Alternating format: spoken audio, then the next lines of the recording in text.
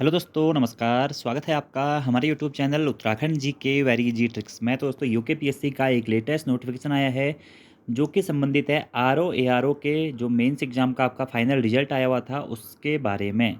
तो आयोग के द्वारा यहाँ पर विज्ञप्ति जारी की गई है समीक्षा अधिकारी और सहायक समीक्षा अधिकारी परीक्षा 2023 के संबंध में कि अभी कुछ दिन पहले ही यानी कि 28 मार्च 2025 को दोस्तों आरओ एआरओ का रिजल्ट घोषित किया गया था।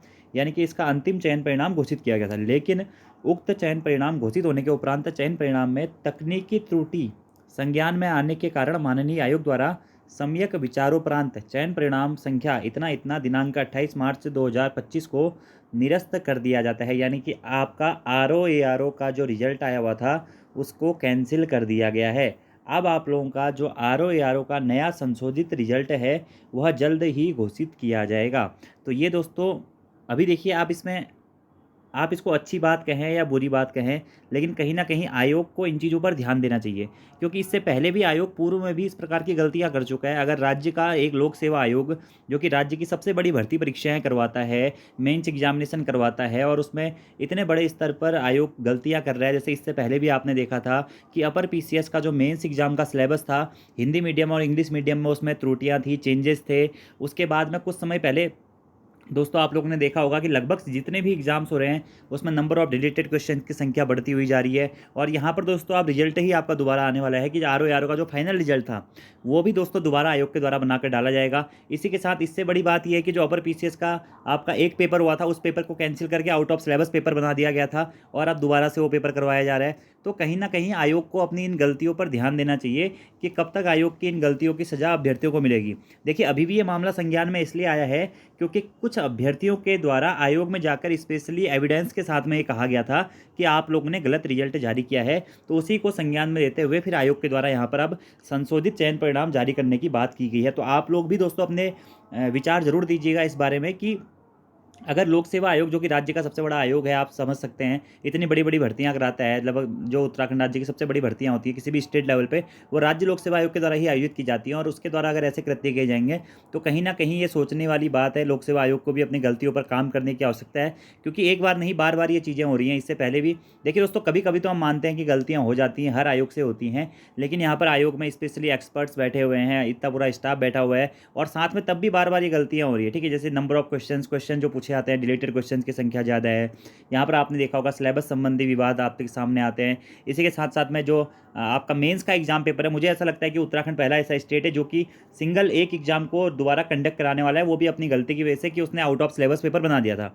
तो कहीं ना कहीं आयोग को इन चीज़ों पर विचार रखने चाहिए। आप लोग भी अपने विचार रख सकते हैं कि आप आयोग की मतलब जो भी आयोग के द्वारा ये क्या किया जा रहा है ये कहाँ तक सही है। आप लोगों को क्या लगता है इस बारे में, मतलब कि कहीं न कहीं मुझे ऐसा लगता है कि आयोग की लापरवाही ही आप इसको कह सकते हैं, या फिर जो भी जैसे अगर दोस्तों किसी भी स्तर पर अगर रिजल्ट बनाया जाता है तो उसके बाद में कुछ आयोग के कर्मचारियों की ज़िम्मेदारी भी होनी चाहिए थी कि उसे एक बार रिव्यू किया जाए कि इसमें कुछ गलतियाँ तो नहीं है, इसमें कुछ मिस्टेक्स तो नहीं है। क्योंकि बार-बार दोस्तों ऐसा देखा जाता है कि अभी तो चलो ये है कि ये गलतियाँ संज्ञान में आ गई हैं, पकड़ में आ गई हैं। कुछ भर्तियाँ ऐसी भी हो सकती है जिसमें ये गलतियाँ संज्ञान में ही ना आएँ, पकड़ में ही ना आए। इससे बड़ी बात ये है जैसे कि यूके ट्रिपल एससी के द्वारा आजकल रिजल्ट जारी किए जा रहे हैं। तो यूके ट्रिपल एससी क्या करता था, पहले फाइनल मार्क्स लिस्ट जारी करता था। अभ्यर्थियों को उनके मार्क्स पता रहते थे, सारे अभ्यर्थियों को किसके कितने मार्क्स हैं और क्या-क्या चीज़ें हैं। लेकिन वर्तमान में आपने देखा होगा कि आयोग के द्वारा सभी अभ्यर्थियों के मार्क्स लिस्ट को जारी नहीं किया जा रहा है। तो वो भी कहीं न कहीं जो पारदर्शिता वाला एक टर्म है, तो कहीं न कहीं ये पारदर्शिता का हनन वाली बात हो गई होगी। ठीक है? तो इन चीज़ों पे आयोगों को विचार करना चाहिए कि देखिए एक अभ्यर्थी इतने लंबे समय से तैयारी करता है। अब देखिए दोस्तों, यहाँ पर अगर आप ये मान के चलिए ना कि अगर एक भी अभ्यर्थी का चयन अगर गलत हो जाता है, आप सपोज़ दैट उस अभ्यर्थी का चयन हो गया है, ठीक है? आप कितनी बड़ी बात मानिए कि आरओ एआरओ में किसी भी अभ्यर्थी का चयन हो रहा है, मतलब ड्रीम जॉब है। उत्तराखंड सचिवालय में खासकर लोग चाहते हैं कि हम आरओ एआरओ बने। जो लोग भी फील्ड जॉब को पसंद नहीं करते हैं, वो आरओ एआरओ को मतलब प्रीफर करना पसंद करते हैं। बाकी फील्ड जॉब वाले तो लगभग अपर पीसीएस और लोअर पीसीएस के थ्रू फील्ड जॉब्स में पहुंच जाते हैं, लेकिन जो फील्ड जॉब नहीं करना चाहते हैं तो वो फिर आरओ एआरओ को प्रीफर करते हैं। लेकिन यहाँ पर आप देखने वाली ये बात है कि एक अभ्यर्थी या दो अभ्यर्थी, जितने भी अभ्यर्थी ऐसे होंगे जिनका चयन इस लिस्ट में हो गया होगा और अब उनको कुछ समय बाद उनके स्थान पर किसी अन्य अभ्यर्थी का चयन होगा, तो एक तो देखिए उस अभ्यर्थी के साथ तो इंसाफ ही है, इंसाफ होगा जो जिस अभ्यर्थी का अभी चयन नहीं हो रहा है, क्योंकि उसके साथ अभी कहीं न कहीं आयोग की जो प्रक्रिया है उसके तहत गलत हुआ है। लेकिन वो अभ्यर्थी जिसका चयन अभी हो चुका था और उसके द्वारा चयन को सेलिब्रेट कर लिया गया अपने रिश्तेदारों में, नातेदारों में। बिल्कुल आप लोगों को पता है किसी का भी सिलेक्शन होता है, भले ही किसी की कौन-सी कोई-सी भी जॉब क्यों ना लगी हो, लेकिन देखिए खुशी का माहौल सभी के घर में होता है। और दोस्त यार, पार्टी वार्टी सब कुछ चलता है, क्योंकि आपको पता है कि आपने इतने साल मेहनत करी हुई है और फाइनली आपका सिलेक्शन हुआ है और आप लोगों का सिलेक्शन भी हो गया, आप लोगों ने पार्टी भी कर लिया, आपको बधाइयाँ भी मिल गई। लेकिन कुछ समय बाद ऐसा होता है कि आयोग ये कहता है कि ये रिजल्ट गलत बन गया था, अब हम दोबारा से रिजल्ट बनाएंगे।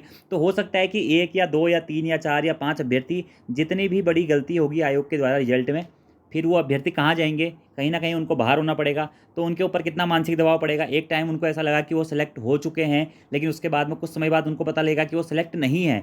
तो ये भी एक बड़ी चीज़ है कि मतलब आयोग को इस पर विचार करना चाहिए कि यार ऐसी चीज़ें ना हो, क्योंकि पता है कि अभ्यर्थियों का भविष्य देखिए, हर कोई खुश देखिए, जिसका सिलेक्शन पहली बार में ही नहीं होता है ना, तो कहीं ना कहीं ये होता है कि वो मेंटली प्रिपेयर हो जाता है कि यार चलो ठीक है कि मेरा सिलेक्शन नहीं हुआ है, अब मुझे आगे वाले एग्जाम्स में तैयारी करनी है, ठीक है। लेकिन जिसका सिलेक्शन हो गया है, सिलेक्शन होने के बाद अगर संशोधित रिजल्ट में वो अभ्यर्थी बाहर हो जाता है, तो उसके ऊपर तो ये मानसिक प्रताड़ना है। तो कहीं ना कहीं उन अभ्यर्थियों के बारे में भी आयोग को सोचना चाहिए कि ऐसी गलतियां आगे से ना हो।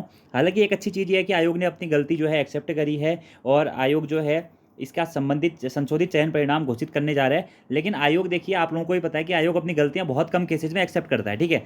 अभी और भी कई सारी गलतियां आयोग के द्वारा की जाती हैं, लेकिन वही है कि उसका खामियाजा किसको भुगतना पड़ रहा है, अभ्यर्थियों को उसका खामियाजा भुगतना पड़ रहा है, ठीक है। आयोग के कर्मचारियों के ऊपर कोई कार्रवाई नहीं हो रही है। जो भी अभ्यर्थी, जो भी आयोग के अध्यक्ष हैं या जो सचिव हैं, जिनके द्वारा उस चीज़ को मॉनिटर किया जाना चाहिए, उनके द्वारा सही तरीके से मॉनिटर नहीं किया जा रहा है। तो कहीं ना कहीं ये चयन प्रक्रिया के ऊपर सवाल उठाने वाली बातें हैं, ठीक है। बाकी देखते हैं दोस्तों, अब इसका फाइनल रिजल्ट आएगा, आप लोग भी अपनी राय इस मामले पर जरूर रख सकते हैं कि आपका क्या सोचना है आर के फाइनल रिजल्ट के बारे में। और एक और चीज़ मैं दोस्तों आपसे कहना चाहूँगा कि जो भी अभ्यर्थी लोअर पीसीएस का प्रीलिम्स दे रहे हैं 11 मई को, या फिर एफआरओ का प्रीलिम्स दे रहे हैं दोस्तों 18 मई को, अगर वो लोअर पीसीएस और एफआरओ के लिए दोस्तों प्रीलिम्स की टेस्ट सीरीज से जुड़ना चाहते हैं, तो आप हमारी application Uttarakhand GK very easy tricks को डाउनलोड कर लीजिएगा, जिसका लिंक आपको नीचे डिस्क्रिप्शन बॉक्स में भी मिल जाएगा। वहाँ से दोस्तों आप उस टेस्ट सीरीज के बैच से जुड़ सकते हैं, जिसमें आपको एग्जाम में बहुत हेल्प दोस्तों उस टेस्ट सीरीज के बैच से होने वाली है, क्योंकि उसमें आपको 30 प्रैक्टिस सेट्स दिए जाएंगे, 25 दोस्तों फुल लेंथ प्रैक्टिस सेट होंगे और 5 दोस्तों टॉपिक वाइज प्रैक्टिस सेट्स रहने वाले हैं। और साथ में 25 जो सेट्स होंगे आपके फुल लेंथ वाले, उनका वीडियो सॉल्यूशन भी आप लोगों को प्रोवाइड करवाया जाएगा। तो अगर आप लोग जुड़ना चाहते हैं तो जुड़ सकते हैं। बाकी दोस्तों आज की इस वीडियो में इतना ही।